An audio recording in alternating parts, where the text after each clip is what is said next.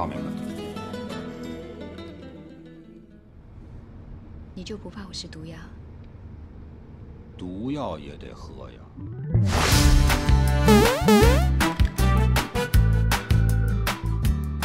Hai guys, apa kabar kalian? Kembali lagi di sini bersama gue IPD. Kali ini gue bakal ngebawain alur cerita film dari Cina dengan judul If You Are The One. Film ini rilis pada tahun 2008, menceritakan seorang pria kaya yang sudah parubaya dan bosan dengan kesendiriannya. Ia pun mencari cara agar segera menikah. Apakah ia berhasil mendapatkan pasangan hidupnya? Tapi sebelum kita mulai ke videonya, bagi kalian yang baru mampir ke channel ini, jangan lupa subscribe dulu dong, dan pencet tombol like-nya juga. Dan jangan lupa follow juga Instagramnya IPD Film, linknya gue taruh di deskripsi. Udah? Oke guys, langsung aja kita ke videonya. Di awal film kita diperlihatkan dengan seorang bapak-bapak yang kaya raya. Ia bernama Tuan Fan. Saking kayanya, ia memanggil pelayannya dengan lonceng.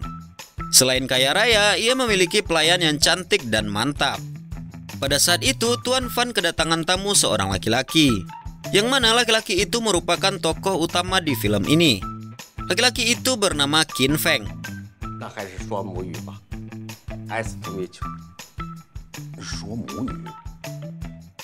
Di sini Qin Feng memperlihatkan penemuannya kepada Tuan Fan dan juga menjualnya. Penemuannya bernama CRT 2008. Adalah sebuah pendukung permainan Switch untuk menghindari kecurangan dalam sebuah kerjasama. Tuan Fan pun tertarik dengan alat ini. Lalu ia membeli hak patennya. Qin Feng pun mendapatkan uang yang cukup banyak dari Tuan Fang.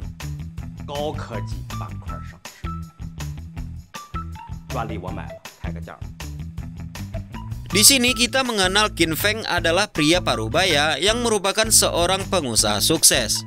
Namun tampak gelisah karena belum menemukan jodohnya. Akhirnya di sebuah restoran ia memutuskan untuk menaruh profilnya di sebuah iklan pencarian jodoh.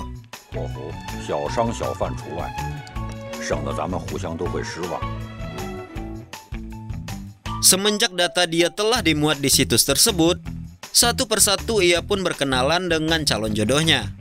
Di pertemuan pertamanya terlihat tidak berjalan mulus, karena ia bertemu teman lamanya yang merupakan seorang homogen. Orang itu mengganti namanya sehingga Qin Feng tidak mengenalinya.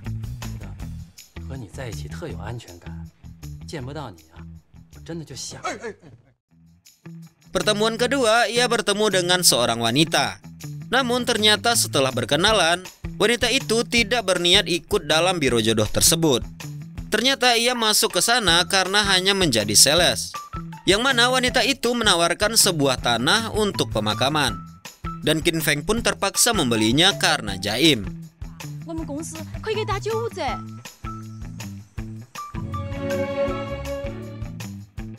Kemudian dengan kegigihan mencari jodohnya, ia pun bertemu dengan seorang wanita cantik yang bernama Liang.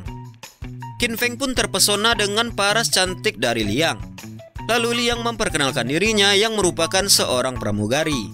Tetapi sayang untuk Qin Feng, karena Liang hanya tertarik untuk ngobrol, bukan untuk menjadikannya pasangan.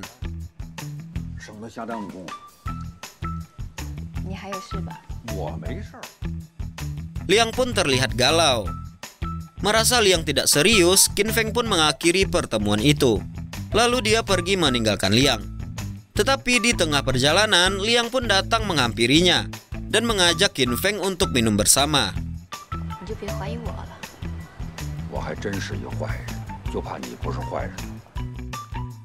Pada saat itu, mereka pun sepakat menceritakan aib terbesar satu sama lain, karena ini adalah pertemuan pertama dan terakhir mereka. Liang pun bercerita bahwa ia mencintai pria yang telah memiliki istri. Mereka saling memiliki tapi tidak bisa menikah.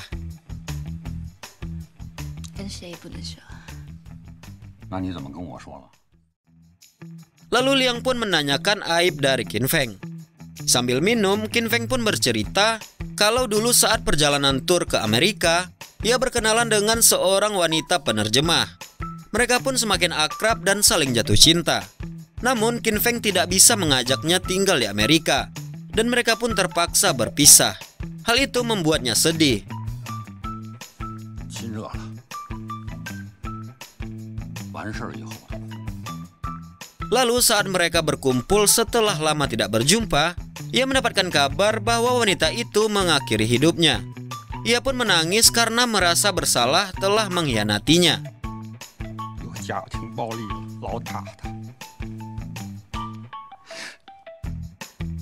Hari demi hari pun berlalu.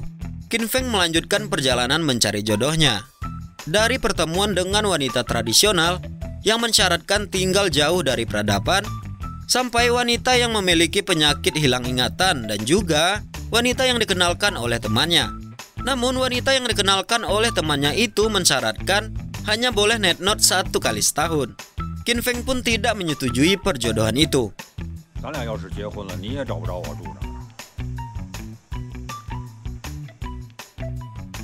Keesokan harinya saat Qin Feng ingin pergi ke suatu tempat, terlihat seorang sedang menelpon dengan ponselnya. Ternyata itu adalah pacar Liang yang menelpon Liang untuk mengabarkan bahwa ia dan istrinya akan melakukan penerbangan di maskapai tempat Liang bekerja. Pria itu kemudian meminta Liang untuk menjaga rahasia hubungan mereka. Qin Feng pun mendengar hal itu.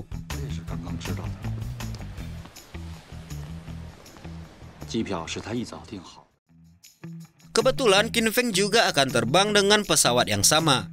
Ia pun bertemu dengan Liang. Akan tetapi Liang yang sedang bekerja tidak menghiraukan Qin Feng dan seakan-akan tidak saling mengenal.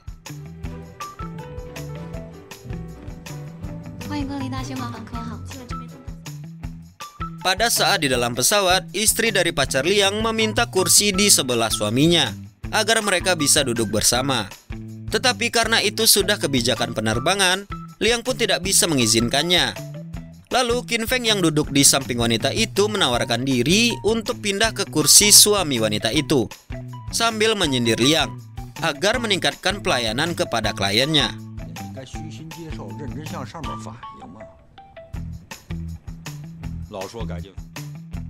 Melihat Liang yang kesal, Qin Feng pun memanggil Liang agar mengencangkan sabuk pengamannya karena pesawat itu akan take off. Setelah itu ia menawarkan diri untuk minum bersama di Beijing.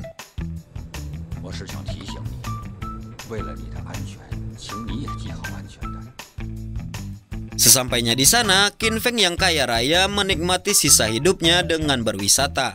Bahkan ia pun membeli rumah yang nyaman untuk dirinya sendiri. Lalu tak lama kemudian Liang pun menghubunginya untuk mengajaknya bertemu kembali. Saat itu Qin Feng mengatakan bahwa ia ada pertemuan juga dengan wanita lain. Liang pun mengatakan tidak akan mengganggunya dan akan menunggu Qin Feng.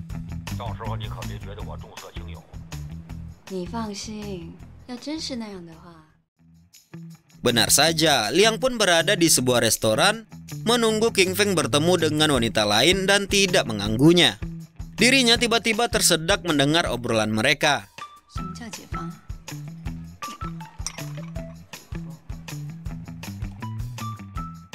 Lalu diketahui bahwa wanita yang berkenalan dengan Qin Feng sedang berbadan dua, alias bunting. Dia pun mencari calon ayah untuk anaknya. Ia berpendapat Qin Feng adalah yang cocok menjadi ayahnya. Qin Feng pun bingung dan menjelaskan kalau dia tidak ingin menjadi ayah dari anak yang orang tuanya masih lengkap. Qin Feng pun akhirnya menolak wanita yang sebenarnya tipenya itu.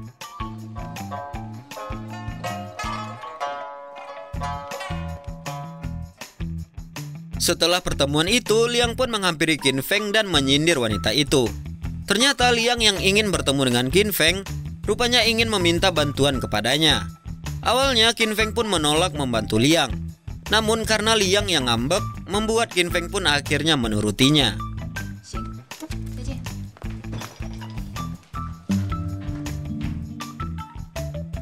Pada saat itu Liang meminta Qin Feng untuk menjadi kekasihnya saat bertemu dengan pacar Liang. Namun karena Qin Feng yang tidak tahan dengan sandiwara ini, akhirnya ia mengatakan kepada pacar Liang bahwa mereka hanya teman biasa. Ia pun juga menjelaskan bahwa Liang telah banyak mabuk karena merasa galau dan sakit hati. Kemudian Qin Feng pun pergi.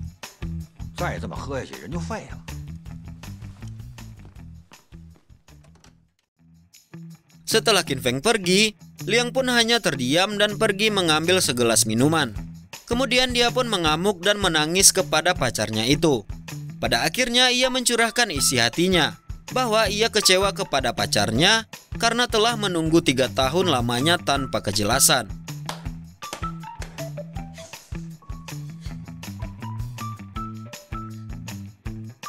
Pada hari berikutnya, Qin Feng pun melanjutkan pencarian jodohnya. Kali ini ia bertemu dengan wanita yang berprofesi sebagai pebisnis saham. Namun wanita itu yang menolak Qin Feng dan mengibaratkan kalau Qin Feng sebuah saham.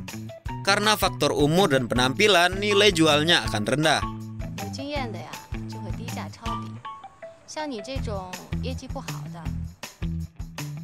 Lalu telepon Qin Feng pun berdering. Dan itu ternyata dari Liang yang ingin bertemu kembali dengannya.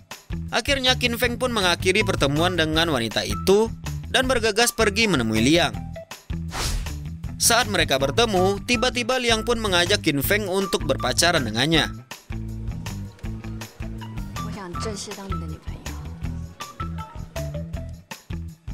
Qin Feng yang awalnya hanya menganggap itu adalah sebuah candaan, ternyata kali ini Liang serius mengungkapkannya. Namun Liang meminta satu syarat kepada Qin Feng, yaitu bahwa ia akan mengurus rumah tangga layaknya istri. Namun ia berharap Qin Feng merelakan hatinya yang masih memiliki perasaan kepada pacarnya.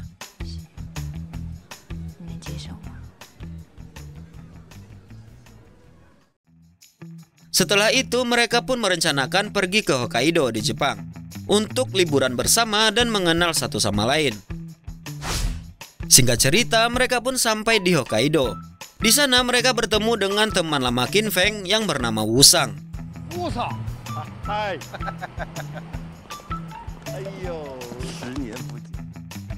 Wusang mendapatkan istri yang tinggal di Hokkaido, dan oleh sebab itu ia tinggal di sana. Ia pun memandu Qin Feng dan Liang selama berada di Jepang, karena sudah bisa berbahasa Jepang. Saat di perjalanan, tiba-tiba Qin Feng menyuruh Wusang menghentikan mobil di sebuah kuil.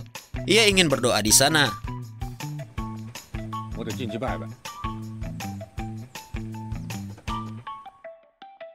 Namun Wusang yang menemui penjaga kuil mengatakan kuil itu tutup untuk hari ini.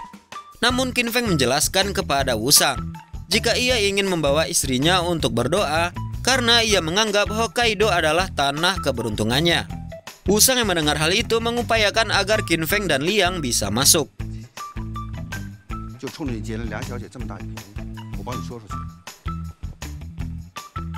Akhirnya mereka pun diperbolehkan masuk ke kuil itu.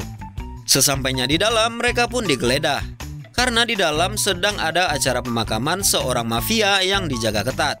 Mereka pun harus berpura-pura sedih untuk menghormati mendiang tersebut. Lalu mereka pun melanjutkan perjalanan. Liang pun tertawa akan kekonyolan yang terjadi di dalam kuil tadi.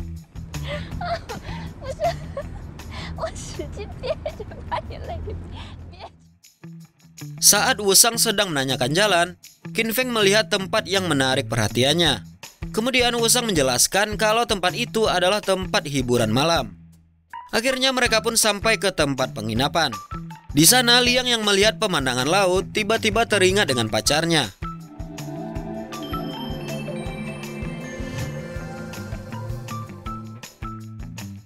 Malamnya mereka pun makan bersama. Kali ini Liang pun kembali ngambek karena Qin Feng berkata bahwa Liang bodoh. Qin Feng pun berkata kepada Wusang bahwa ia serius ingin menikahi Liang, namun ia belum mendapatkan hatinya. Maka dari itu ia mengejek Liang agar bisa memberikan hatinya kepada Qin Feng seutuhnya.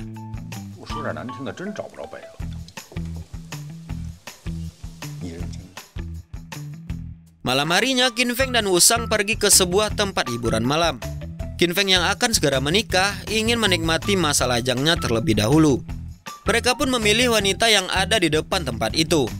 Di sana tertulis 4 saudara wanita.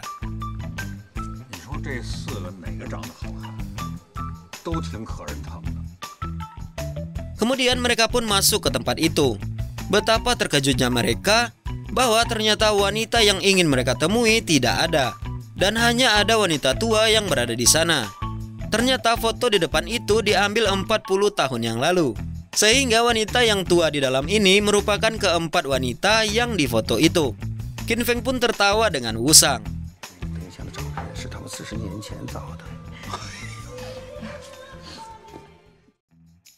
Merasa tertipu, Qin Feng pun mengajak Wusang pergi. Namun Wusang menahannya, karena merupakan hal yang tidak sopan kalau langsung pergi tanpa memesan. Lantas Liang pun datang menyusul mereka. Ia yang mengira Qin Feng bakal macam-macam di tempat hiburan itu, akhirnya tersenyum karena para orang tua yang ada di dalam tempat hiburan tersebut.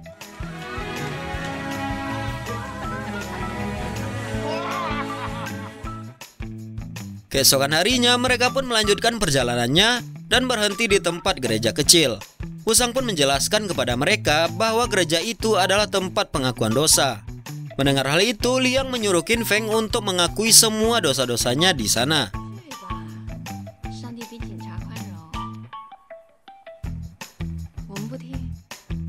Setelah beberapa saat berpikir, Qin Feng dan Wusang pun masuk ke gereja itu. Di sana Qin Feng memastikan kepada Wusang agar pendeta itu tidak paham dengan bahasa Mandarin, sebab ia akan malu jika pendeta itu mengetahui pengakuan dosanya.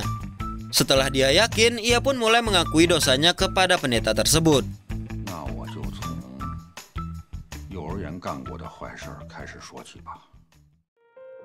Di luar gereja, Liang dan Wusang menunggu sambil membahas Qin Feng. Wusang memberitahu bahwa Qin Feng benar-benar mencintai Liang. Pada saat itu, Wusang pun menyarankan agar meninggalkan Qin Feng apabila dia tidak serius kepada Qin Feng. Karena Wusang beranggapan Qin Feng adalah orang baik dan tidak pantas menerima hal itu. Mendengar hal itu, Liang pun terdiam.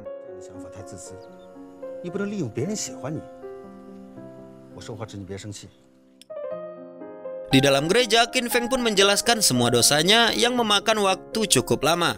Saking lamanya, pendeta itu menunjuk jam mengingatkan Qin Feng telah lama di sana. Tetapi karena tidak paham dengan bahasa masing-masing, Qin Feng pun melanjutkan pengakuan dosanya.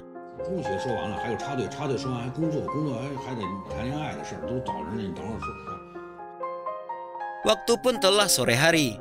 Si pendeta tidak sanggup lagi, lalu meminta Wusang untuk membawanya pergi. Si pendeta itu mengatakan bahwa gereja kecil ini tidak mampu menampung semua dosa-dosanya dan perlu dibawa ke gereja yang lebih besar.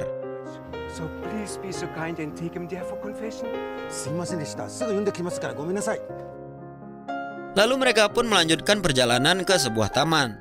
Di sana Liang berkata jika Qin Feng bisa memilikinya malam ini, karena ia ingin membalas kebaikan Qin Feng. Namun Qin Feng pun menolaknya karena ia ingin memiliki Liang selamanya karena telah jatuh cinta.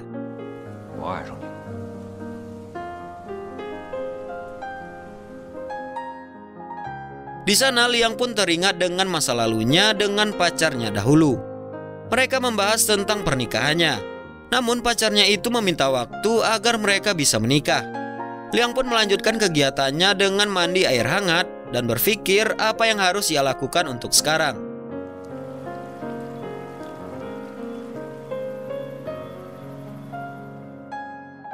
Singkat cerita, karena mendengar ucapan Wusang, Liang pun memutuskan untuk meninggalkan Qin Feng. Dia pun menulis sebuah surat dan pergi saat Qin Feng sedang tertidur. Ternyata Liang pergi ke pinggir jurang dan mencoba mengakhiri hidupnya dengan meloncat ke laut.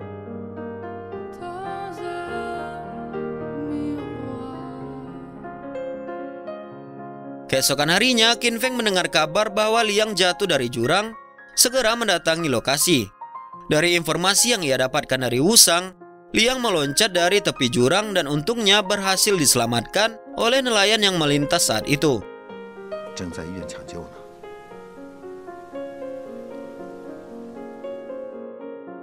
Kemudian mereka pun pergi ke rumah sakit untuk melihat kondisi Liang. Liang pun akan dioperasi besok. Wusang yang akan bekerja besok meninggalkan Qin Feng dan Liang di rumah sakit.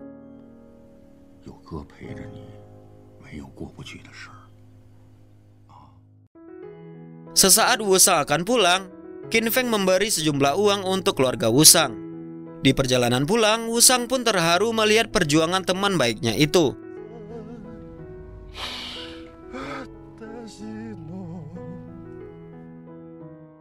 Cerita pun berlanjut. Qin Feng dan Liang telah berada di kapal pesiar. Di sana Liang meminjam HP Qin Feng untuk menghubungi pacarnya. Liang pun mengatakan bahwa ia telah menemui pujaan hatinya dan membuang HP tersebut.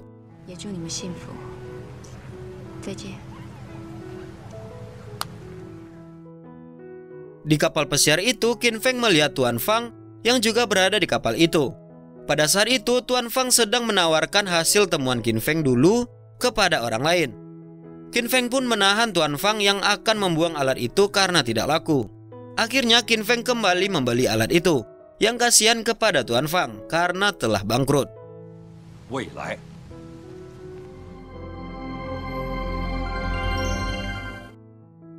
Dan tamat. Oke guys, gimana nih filmnya menurut kalian? Menurut gue film ini rekomen untuk ditonton karena ceritanya yang cukup ringan dan perjuangan seorang dari masa lalu untuk masa depannya yang membuat kita penasaran dengan alurnya. Pesan yang dapat gue ambil dari film ini adalah jangan terjebak dengan masa lalu yang membuat diri kita susah untuk membuka diri. Bergaulah dengan orang baru agar bisa memperluas koneksi. Terima kasih. Oke guys, sampai di sini dulu video kali ini. Jangan lupa tinggalin like, komen, dan subscribe-nya. Aktifin tombol loncengnya juga, share juga ke teman-teman kalian. Sampai jumpa di video selanjutnya dan bye.